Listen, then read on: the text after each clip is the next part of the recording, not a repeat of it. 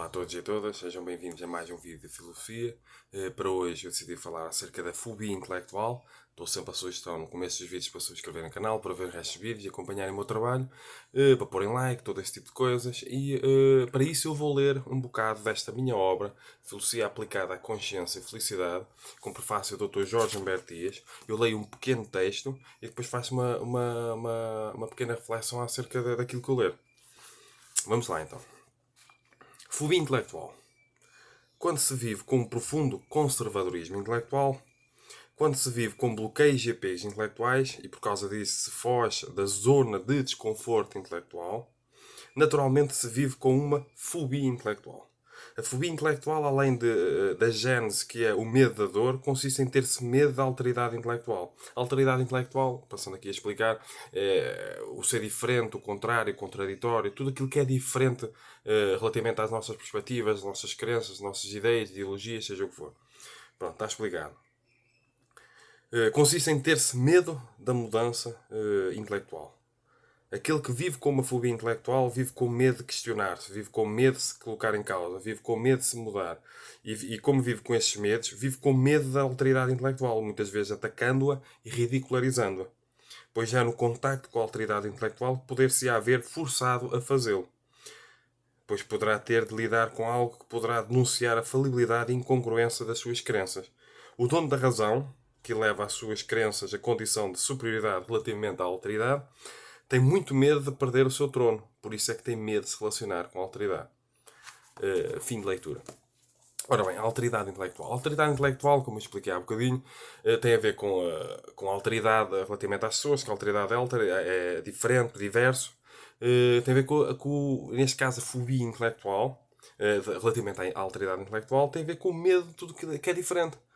Com diferentes perspectivas, diferentes crenças. Eu vou dar aqui, por exemplo, um exemplo. Nós temos pessoas com um enquadramento ideológico mais à esquerda, digamos assim, e pessoas com um enquadramento ideológico mais à direita. Há pessoas que tudo aquilo que mexa com. Vamos imaginar, eu de repente ser de direita e ter medo de aceitar dentro de mim, eu estar apegado a um conservadorismo, por exemplo, estar apegado a uma forma de pensar, um enquadramento intelectual, em termos ideológicos, forma de ver o mundo, e de repente ter de reconhecer que há coisas que são certas, ditas pelo pessoal de direita, pelo pessoal de esquerda. Há pessoas que têm muito medo em aceitar a diferença, em de repente aceitar dentro de si, porque as pessoas têm medo de ver o próprio sistema de crenças a desabar. Então, tudo o que é uma pessoa com este conservadorismo intelectual inconsciente, com este conflito que acaba por gerar um conflito, a pessoa de direita tem muito medo de aceitar que de facto algumas coisas de esquerda, que são ditas pela esquerda ou pessoas de esquerda fazem sentido, e mesmo enquadramento também, pessoas de esquerda achar que têm muita dificuldade em aceitar que pessoas de direita possam dizer coisas que façam sentido de uma maneira ou de outra, ou que sejam, reflitam a realidade. Estão a compreender? Portanto, há pessoas que, por causa de já assumirem uma capa, de já assumirem um rótulo, têm muito medo e já fecharem o próprio sistema de crenças, com perspectivas, ideias, ideologias, crenças, seja o que for. As pessoas têm muito medo de lidar com a diferença. Porque as pessoas apegaram-se tanto àquilo e a um nicho de convivência que têm medo de perder isso. E ao terem medo de perder isso, acabam por criar uma fobia intelectual, acabam por ter medo de assuntos diferentes, de teorias diferentes, de crenças diferentes, de pessoas diferentes, daquilo diferente que as outras pessoas possam dizer. Esta fobia intelectual tem muito a ver com a fobia intelectual da alteridade intelectual. Isto também acontece, por exemplo, no campo da espiritualidade. Há pessoas ateístas que poderão ter muito medo de admitir a possibilidade daquilo que espiritualistas dizem de uma maneira ou de outra, relacionado com a espiritualidade, poder estar certo.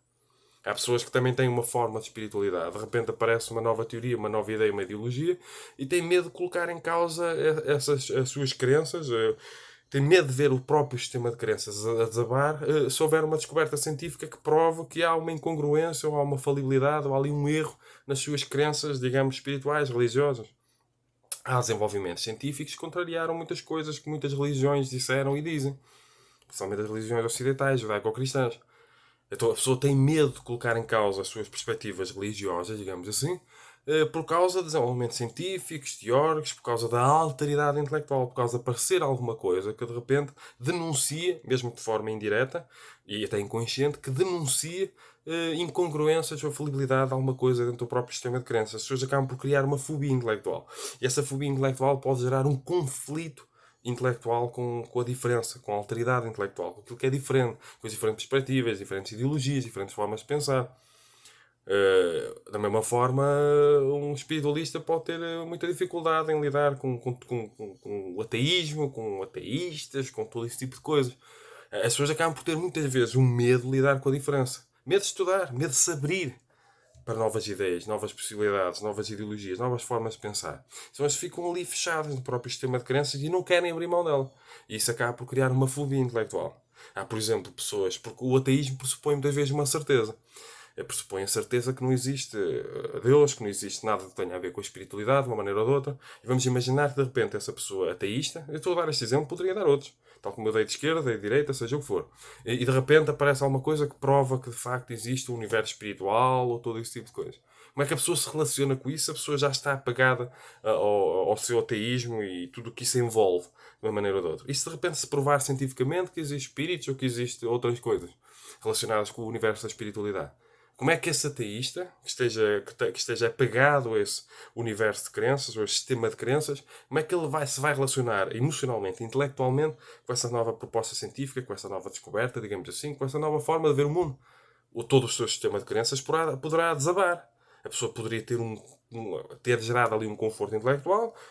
Tudo que é da espiritualidade é errado, é charlatanismo, é fanatismo, é uma ilusão. E de repente a pessoa confrontar-se que de facto, se calhar, tudo que tem a ver com a espiritualidade, ou algumas coisas que têm a ver com a espiritualidade, poderão estar certas. Como é que a pessoa se relaciona intelectualmente com isso? Porque há pessoas que tudo que envolve a espiritualidade têm uma fobia intelectual profunda.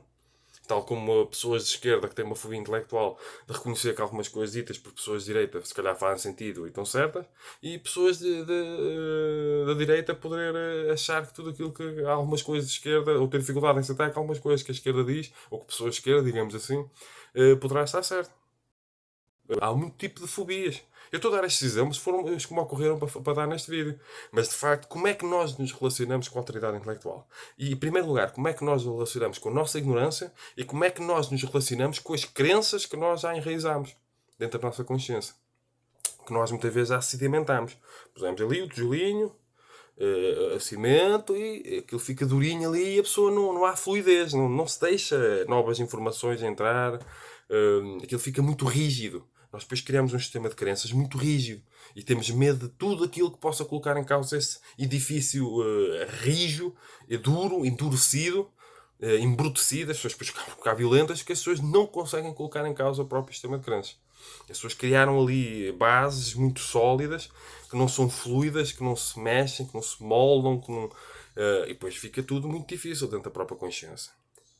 E como é que nós nos relacionamos com a alteridade? Porque há muita gente conflituosa, que tudo tem a ver com perspectivas diferentes, contrárias, contraditórias, não é por acaso. Há ali um medo, muitas vezes, de ver o próprio sistema de crença desabar.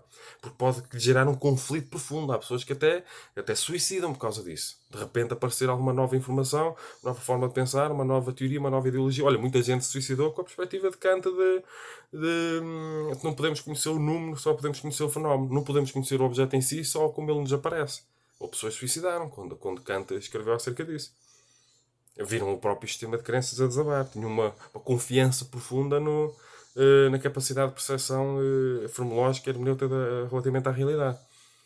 O realismo ingênuo, como muitas vezes diz ou poderá dizer.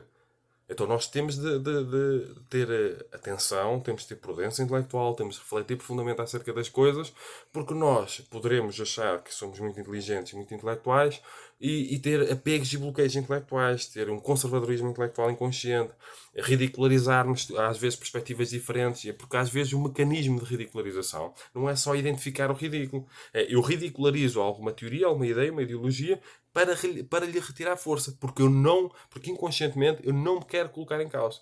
Então, eu para não reconhecer ou não admitir uma possibilidade da minha consciência, eu começo a ridicularizar coisas que estão à minha volta, para retirar força, como às vezes um exercício de uma falácia de espantalho, é distorcer os argumentos para os tornar mais facilmente refutáveis.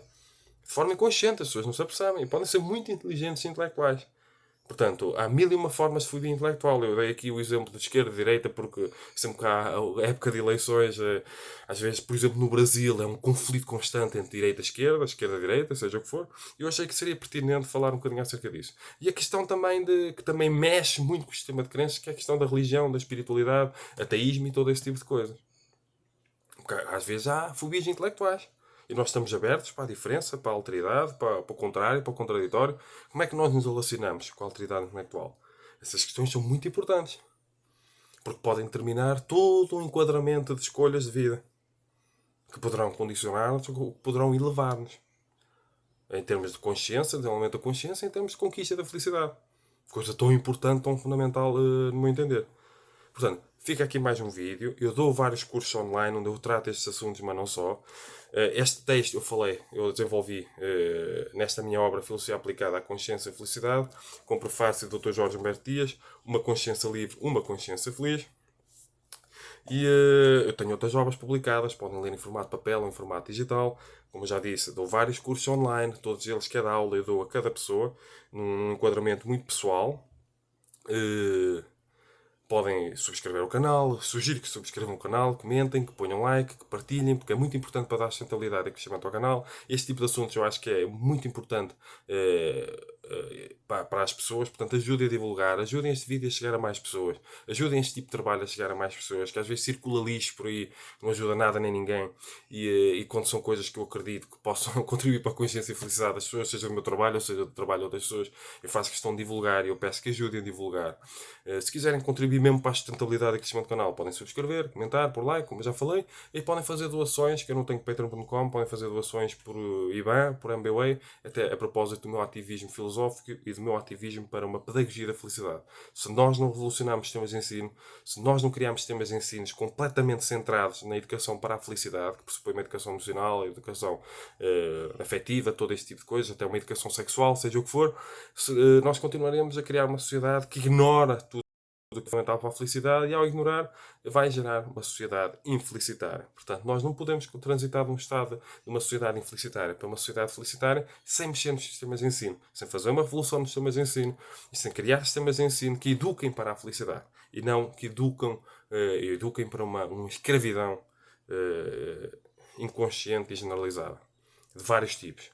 Portanto, sejam felizes, comentem, partilhem, ponham like, subscrevam o canal e cumprimentos filosóficos.